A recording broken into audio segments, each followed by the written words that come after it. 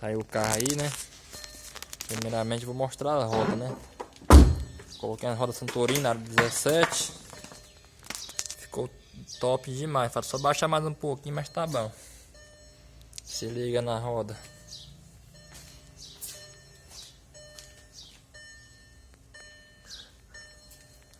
Golzinho.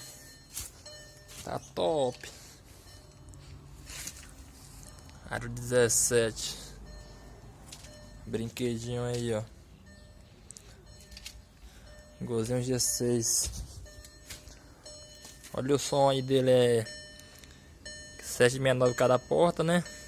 E 4 Twitter. 69 de página de 650. Só ouro. 4 grave. Se liga na joia. Tinha tudo da JBL, mas tive que colocar as capinhas novas aí. Não achei a capinha original. Coloquei essas capinhas profissionais, mas ficou bacana também. Crossover Stetson 104. O VTR voltímetro. Volante esportivo Golf GTI. Que é as potências dele aqui, ó. Tem a usina de 180 amperes. Essa daqui é a Tarabs para tocar o estoitinho, TS400.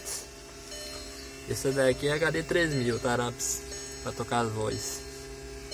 E essa daqui é a Rodstar para tocar os graves. Vou colocar um pouquinho de som aí, não vou tirar muito porque os vizinhos aqui é meio enjoado. Só um exemplo. Por uma eletrônica aqui, se eu acho aqui.